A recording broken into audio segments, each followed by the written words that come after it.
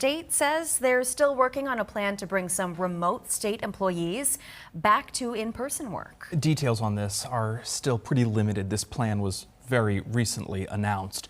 NBC5's James Maloney is live in the newsroom now. James, what's the very latest?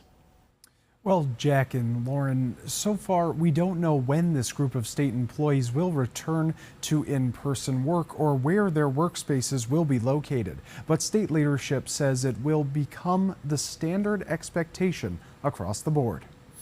There will be more consistent in-office work. The COVID-19 pandemic made remote work the new normal, and it's remained a dominant part of many office cultures long after social distancing became a thing of the past.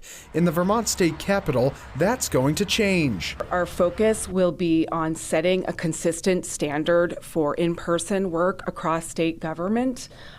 This will still allow, where appropriate, the ability to work remotely for our employees.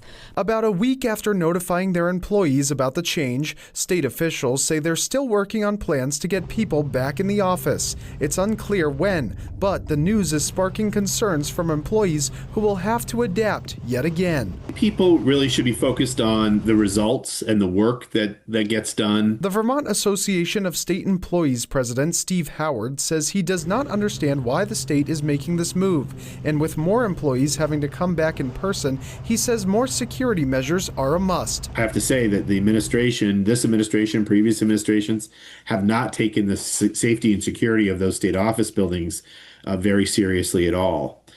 So that is a major concern. But Secretary of Administration Sarah Clark says the plan is being carefully crafted with all of the input from state workers top of mind. The time that we're going to take to develop a plan to address and mitigate some of those concerns is very important to us. And businesses in both the capital city and Waterbury, who were hit hard by the pandemic, say the return of more employees can help their profits and the local economy. We're hopeful that that's the case, just because small businesses like this, we really rely on our regulars and our lunch rush in particular.